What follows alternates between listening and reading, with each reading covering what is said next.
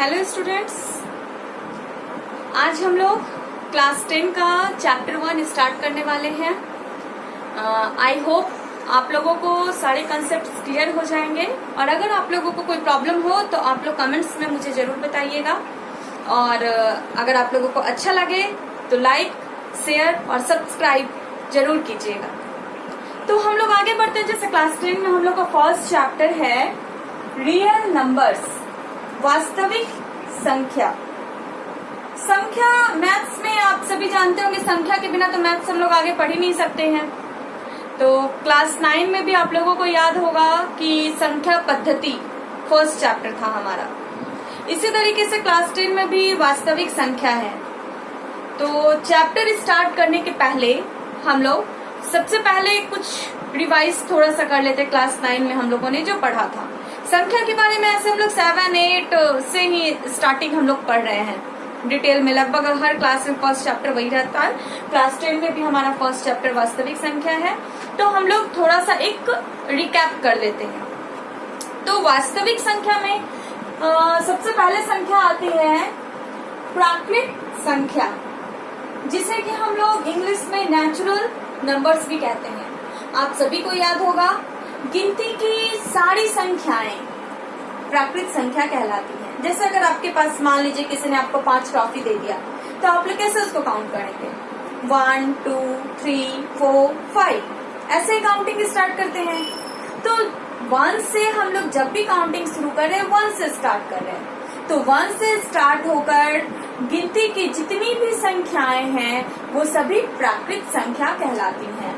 तो प्राकृत संख्या में क्या क्या आ गया आपका? 1, 2, 3, 4 एंड सो ऑन। और इसको हम लोग डिनोट क्या चीज से करते हैं? एन से। नेचुरल नंबर को किससे हम लोग डिनोट करेंगे? एन से। अब सेकंड हम लोग आते हैं पूर्ण संख्या।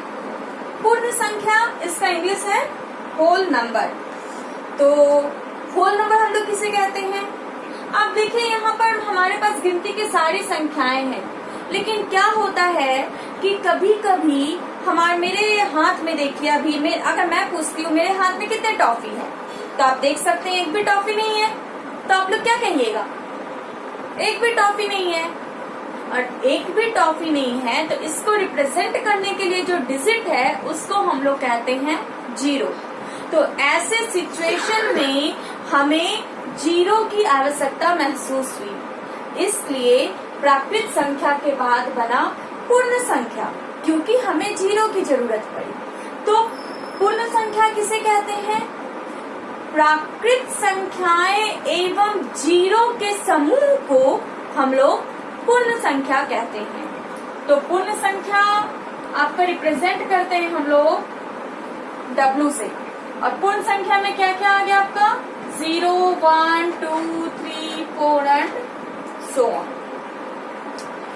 जब ये हमारे पास हो गया तो उसके बाद हम लोग क्या करते हैं? हम लोग देखते हैं कि हमारे पास तो सभी गिनती की संख्या है।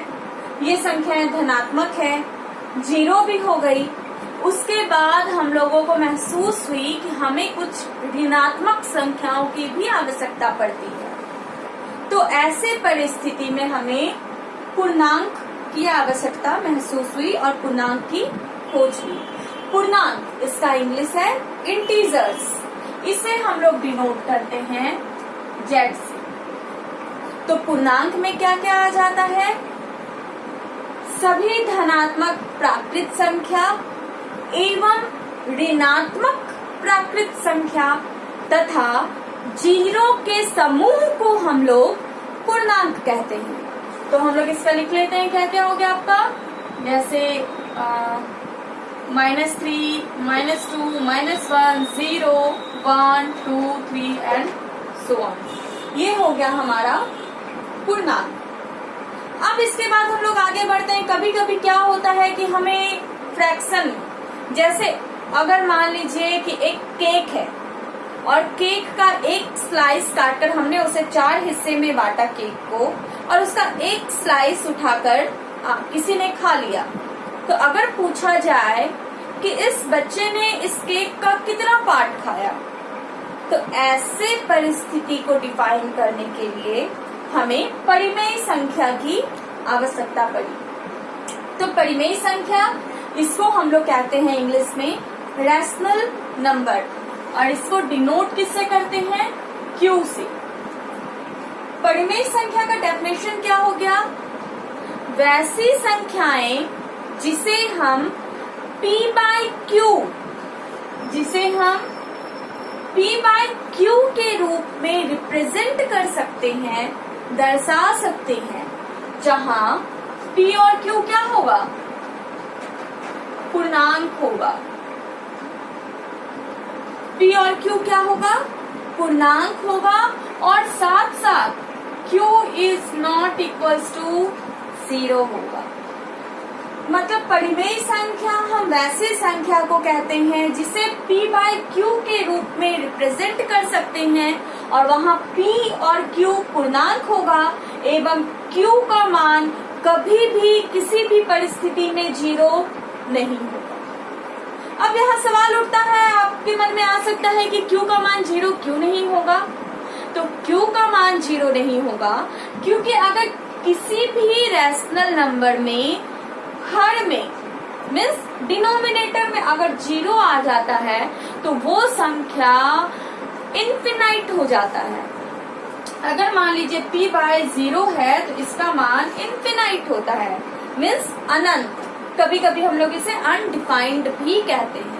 अब अनंत है तो इसका वैल्यू तो कोई हमें पता नहीं है एग्जैक्ट, इसलिए हम लोग जब परिमेय संख्या की परिभाषा देते हैं तो हम लोग कहते हैं Q का मान 0 नहीं होना चाहिए। अब हम लोग आगे बढ़ते हैं अपरिमेय संख्या की ओर। तो अपरिमेय संख्या किसे कहते हैं? जैसा कि नाम से आपको क्लियर है, परिमेय का ही उल्टा अपरिमेय है। तो वैसी संख्या जिसे हम P बाय Q के रूप में रिप्रेजेंट नहीं कर सकते हैं उसे अपरिमेय संख्या कहते हैं। मतलब वैसी संख्या जिसे हम P बाय Q के रूप में रिप्रेजेंट नहीं कर सकते हैं। अपरिमेय संख्या को डिनोट करने का सिंबल होता है Q, और इसमें यहाँ पर लगता है C। ठीक है, मिस कभी कभी से हम लोग Q कॉम्प्लीमेंट भी पढ़ते हैं, क्योंकि अपरिमेय क्या है? परिमेय का ही उल्टा है, इसलिए हम लोग इरेशनल नंबर को कभी कभी Q कॉम्प्लीमेंट भी पढ़ते हैं और इसे डिनोट करते हैं Q, इसके ऊपर पावर दे देते हैं C में। ठीक है, तो ऐसी संख्या जिसे हम P बाय Q के रूप में रिप्रेजेंट नहीं कर सकते हैं उसे हम कहते हैं अपरिमेय संख्या। तो इसका एग्जाम्पल आपका होता है √3, √4, √5 एक्सेट्रा। अब आप में से कोई बच्चा ये भी कह सकता है कि मैम यहाँ √3 को भी तो हम लोग ऐसा लिख सकते हैं √3/1, तो ये भी तो P बाय Q के फॉर्म में हो गया, तो फिर ये भी तो परिमेय संख्या हो सकता है। लेकिन नहीं, ऐसा क्यों? क्योंकि ये √3/1 P बाय Q के फॉर्म में तो है, यहाँ पर 1 जो है ये पूर्णांक भी है, लेकिन √3 जो है ये पूर्णांक नहीं है, इसलिए ये परिमेय संख्या नहीं है। और आप लोग दशमलव में भी पढ़े होंगे क्लास 9 में कि दशमलव में भी हम लोग इसको परिमेय संख्या और अपरिमेय संख्या को हम लोग डिफाइन करते थे कि जिसका दशमलव प्रसार शांत हो एवं शांत आवर्ती हो उसे परिमेय संख्या कहते हैं, और जिसका दशमलव प्रसार अशांत अनावर्ती हो उसे अपरिमेय संख्या कहते हैं। ठीक है, इसका परिमेय का क्या बताएं? ऐसा संख्या जिसका दशमलव प्रसार शांत हो एवं अशांत आवर्ती हो उसे परिमेय संख्या कहते हैं। अशांत आवर्ती मीन्स की एक संख्या आपको बार बार रिपीट होने लगता है। जैसे इसका एग्जाम्पल आपका हो गया 1/3। इसका अगर दशमलव प्रसार निकालिएगा तो क्या निकलेगा?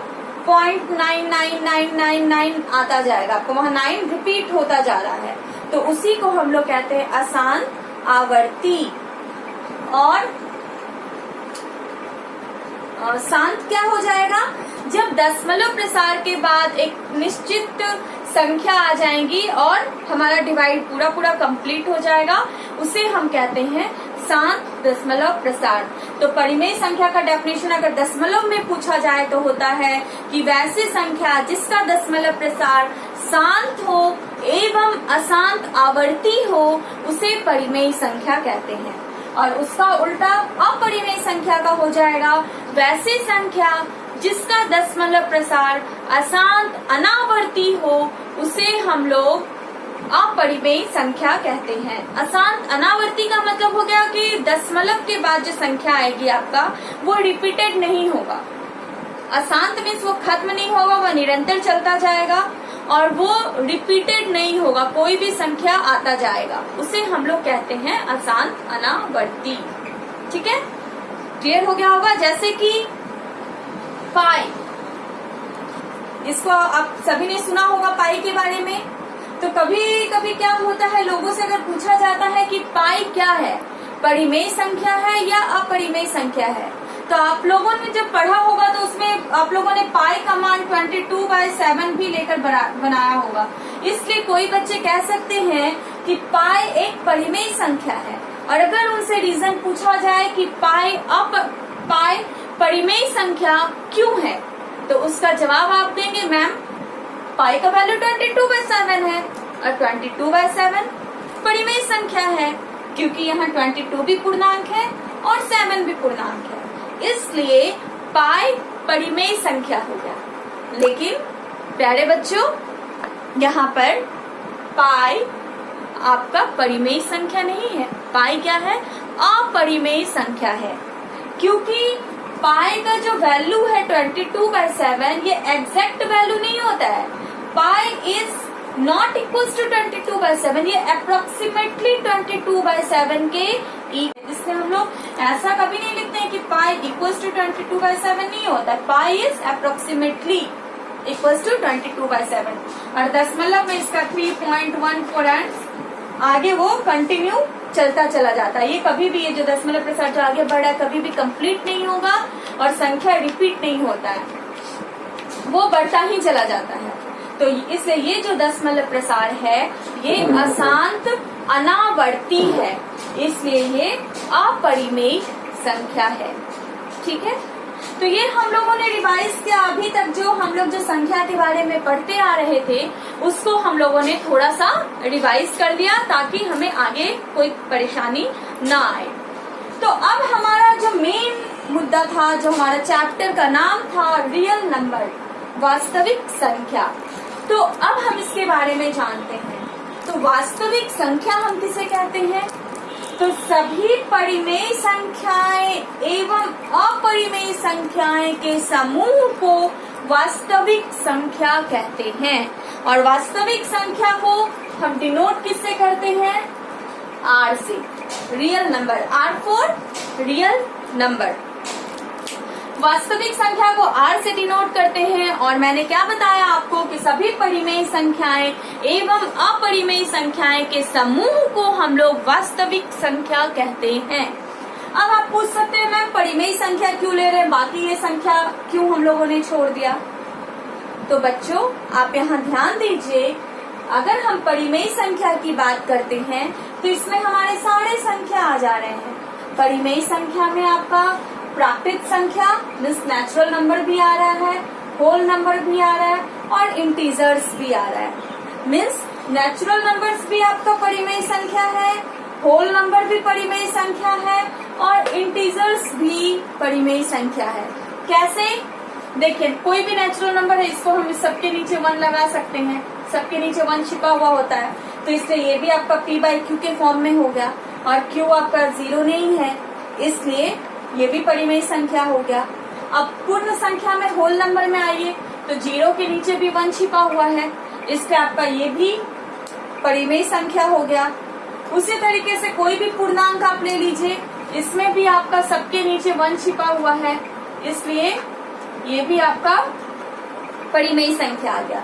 तो इसलिए हम लोग देखते हैं, अगर हम लोग परिमेय संख्या कहें तो हमारे परिमेय संख्या में ही ये सारे संख्याएं प्राकृत संख्या, पूर्ण संख्या, पूर्णांक सभी परिमेय संख्या में ही सम्मिलित हो जाते हैं। इसलिए हम कह सकते हैं कि जितनी भी संख्या अप्रोक्सीमेटली इक्वल्स होता है 22/7 के, और डेसिमल में जो इसका वैल्यू है वो 3.14 एंड सो ऑन होता है। 14 के बाद भी आपके बहुत सारे डिजिट्स हैं जो कि टर्मिनेट नहीं है, मीन्स खत्म नहीं होंगे, निरंतर चलते जाएंगे और रिपीटेड भी नहीं होंगे। इसलिए इसका पाई का जो दशमलव प्रसार है वो आसान अनावर्ती है, इसलिए पाई एक अपरिमेय संख्या है। तो आप लोगों को ये सारा कॉन्सेप्ट क्लियर हो गया होगा। पहले के जो भी हमारे संख्या के बारे में कॉन्सेप्ट थे आप सभी का रिवाइज हो गया होगा। और अब हम लोग क्लास 10 का जो सबसे इम्पोर्टेंट टॉपिक है यूक्लिड्स डिवीजन एल्गोरिथम, आप लोग ये भी देखेंगे कहीं कहीं पर यूक्लिड्स डिवीजन लेमा, तो इसमें कंफ्यूज नहीं होना है। हम लोग अभी यूक्लिड्स डिवीजन एल्गोरिथम के बारे में सीखेंगे और उसका यूज करके हम लोग कैसे दिए हुए दो संख्याओं का एचसीएफ निकालते हैं वो हम लोग सीखेंगे। और ये बहुत ही इम्पोर्टेंट क्वेश्चन होता है, बोर्ड एग्जाम में अक्सर ये क्वेश्चन आता है, इसलिए हम लोग उसको अच्छे से सीखेंगे।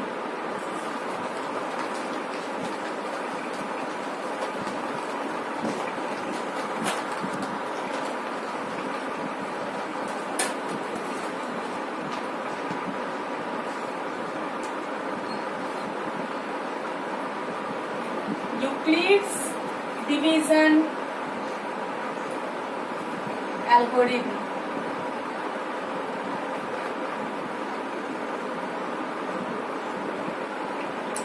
हम लोग सबसे पहले इसका एक एग्जांपल लेते हैं। जैसे कि मान लीजिए कि 83/4, तो हम लोग क्या करते हैं 4 से 83 को डिवाइड करेंगे, क्या मिलेगा 8 मिल गया हम लोगों को 2 टाइम्स में, फिर 3 मिल गया हम लोगों के पास। तो यहाँ पर हम लोग क्या देख रहे हैं,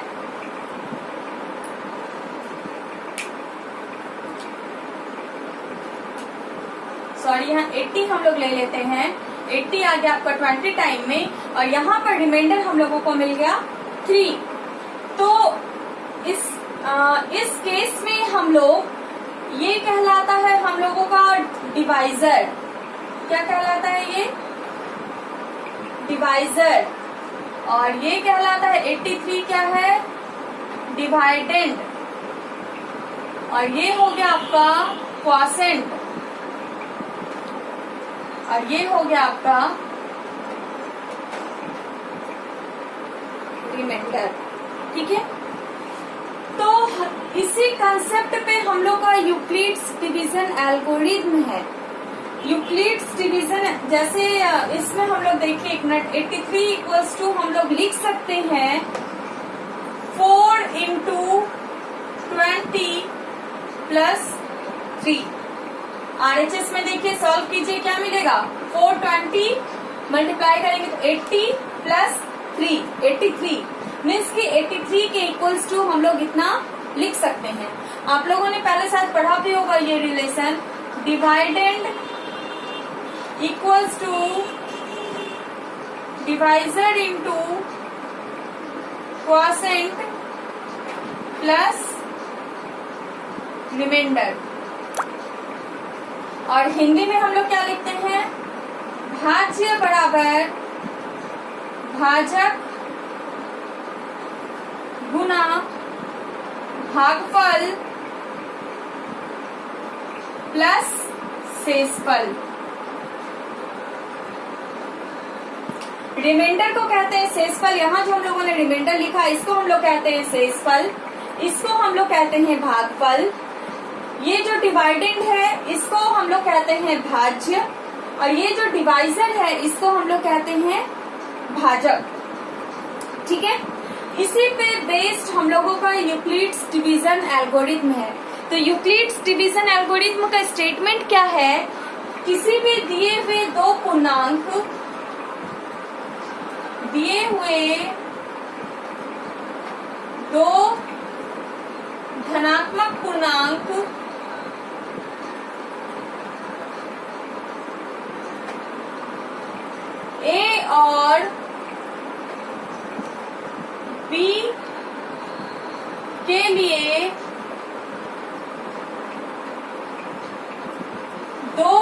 द्वितीय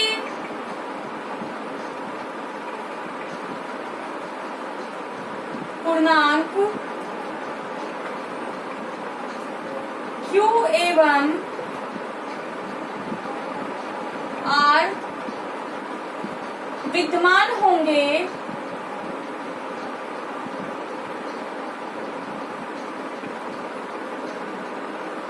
जो A equals to BQ plus R को संतुष्ट करेंगे।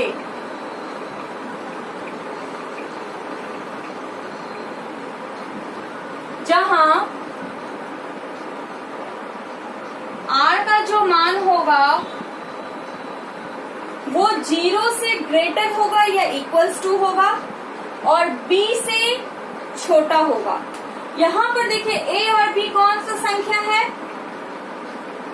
A आपका हो गया 83। यहाँ हम लोगों ने ये जो डिवाइड किया, ये जो हम लोगों ने एग्जाम्पल वैल्यू हो गया 4, Q का वैल्यू हो गया 20 और ये जो 83 है ये हो गया A, ये जो 4 है ये हो गया हमारा B, ये जो 20 है ये हो गया हमारा Q और ये जो 3 है ये हो गया हमारा R। तो A और B, तो यहाँ जो हम लोगों ने एग्जाम्पल लिया है इसमें A का वैल्यू हो गया 83, B का वैल्यू हो गया 4, Q का वैल्यू हो गया 20 और R का वैल्यू हो गया 3। ठीक है, तो इसमें आपको और एक इम्पॉर्टेंट चीज क्या समझना है कि R का वैल्यू हमेशा 0 से बड़ा होगा या 0 के इक्वल होगा और B से छोटा होगा। B मीन्स ये जो डिवाइजर है, हम लोग अपना डिवाइड करना कब स्टॉप करते हैं? जब यहाँ पर रिमाइंडर इससे छोटा आ जाएगा तभी तो डिवाइड करना हम लोग स्टॉप करते हैं ना। इसलिए ये रिमाइंडर का वैल्यू हमेशा डिवाइजर से छोटा होगा या फिर 0 के बराबर होगा या फिर 0 से बड़ा होगा। ठीक है, जैसे कि मान लीजिए कि हमें 2 से 4 को डिवाइड करना है, 4 2 टाइम में 0, यहाँ रिमाइंडर हमें कितना मिल गया? 0 मिल गया, तो वो हो गया आपका 0 के इक्वल हो गया R का वैल्यू। ये 0 क्या है? R का वैल्यू 0 के इक्वल हो गया और यहाँ पर क्या है? R का वैल्यू 0 से बड़ा है और B से छोटा है। B मीन्स यहाँ पे क्या है? 4 से छोटा है। तो इस कंसेप्ट को आपको माइंड में रखना है, क्योंकि जब ऑब्जेक्टिव क्वेश्चंस पूछे जाते हैं तो यूक्लिड्स डिवीजन एल्गोरिथम में इस पे बेस्ड क्वेश्चन जरूर पूछा जाता है और ये बहुत ही इंपॉर्टेंट कंसेप्ट है, इसको अच्छे से समझ लेना है। मुझे उम्मीद है कि आपको ये कंसेप्ट क्लियर हो गया होगा। तो अब इसी कंसेप्ट पे हम लोग एक एग्जांपल देखते हैं, कैसे हम लोग यूक्लिड्स डिवीजन एल्गोरिथम का यूज करके दो दिए हुए संख्याओं का एचसीएफ निकालते हैं।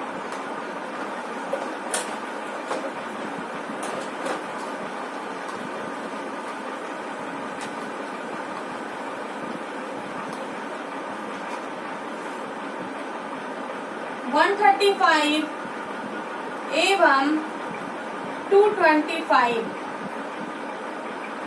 का एचसीएफ हम लोग निकालेंगे यूक्लिड्स डिवीजन एल्गोरिथम का यूज करके। किससे? यूक्लिड्स डिवीजन एल्गोरिथम का यूज करके हम लोग इसका एचसीएफ निकालेंगे। तो हम लोग साइड में डिवाइड भी करते चलते हैं। 135 से डिवाइड कीजिए 225 को, कितने टाइम्स में जाएगा? 135 1 बार में, 5 में 5 गया 0, 12 में 3 गया 9, कैंसिल। तो यहाँ पे हमको रिमाइंडर मिला 90, क्वॉशेंट जो भागफल है मिला 1 और जो डिवाइजर है वो है 135 और जो डिवाइडेंड है वो है 225। तो हमारे पास रिलेशन क्या था? भाज्य बराबर भाजक गुना भागफल प्लस शेषफल। इसी से हमने अभी यूक्लिड्स डिवीजन एल्गोरिथम में सीखा था कि अगर दो धनात्मक पूर्णांक दिए हुए हैं तो वो इस संबंध को संतुष्ट करेंगे। तो इस रिलेशन पे हम लोग इसको बैठाते हैं। तो भाज्य हमारा कितना है 225, भाजक कितना है 135, भागफल कितना मिला 1, शेषफल कितना मिला 90। इस तरीके से हमें तब तक आगे बढ़ते जाना है जब तक कि हमें यहाँ पर शेषफल शून्य ना मिल जाए। ठीक है, अब हमारा नया भाज्य और भाजक कौन सा हो जाएगा 135 और 90। तो अब हम लोग क्या करेंगे 90 से 135 को डिवाइड करेंगे।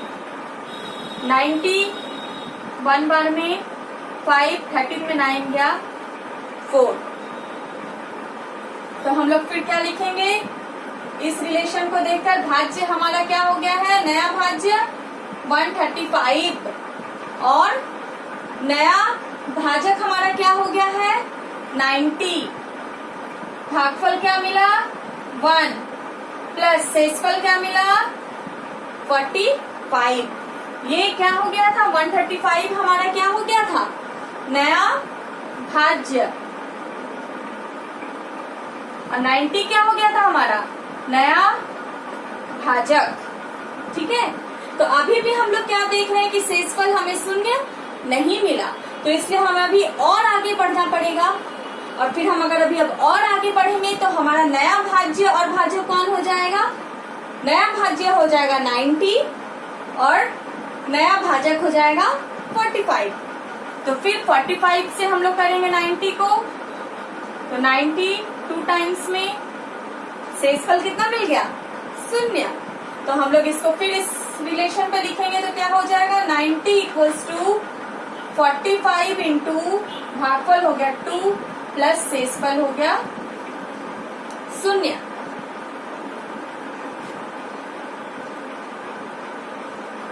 तो हम लोग यहाँ पर क्या देख रहे हैं कि यहाँ पर 90 और 45 जब नया भाज्य और भाजक लिए तो हमारा शेषफल हमें मिल गया शून्य।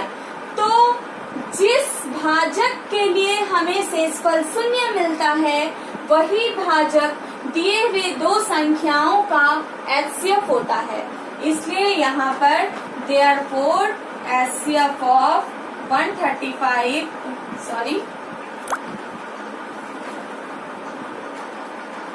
HCF of 135 and 225 is equals to 45। ये हो गया हमारा आंसर। अब यही कंसेप्ट्स को यूज करके आप लोग आगे और जो भी क्वेश्चंस यूक्लिड्स डिवीजन एल्गोरिथम पे दिए हुए होंगे बेस्ड उसे आप लोग सॉल्व कीजिएगा और आगे के कंसेप्ट्स हम लोग फिर अगली क्लास में पढ़ेंगे। मुझे उम्मीद है आप सभी को सारे कंसेप्ट्स क्लियर हुए होंगे। अगर कहीं पे कोई डाउट होगा तो आप लोग कमेंट्स में जरूर लिखिएगा। Thank you.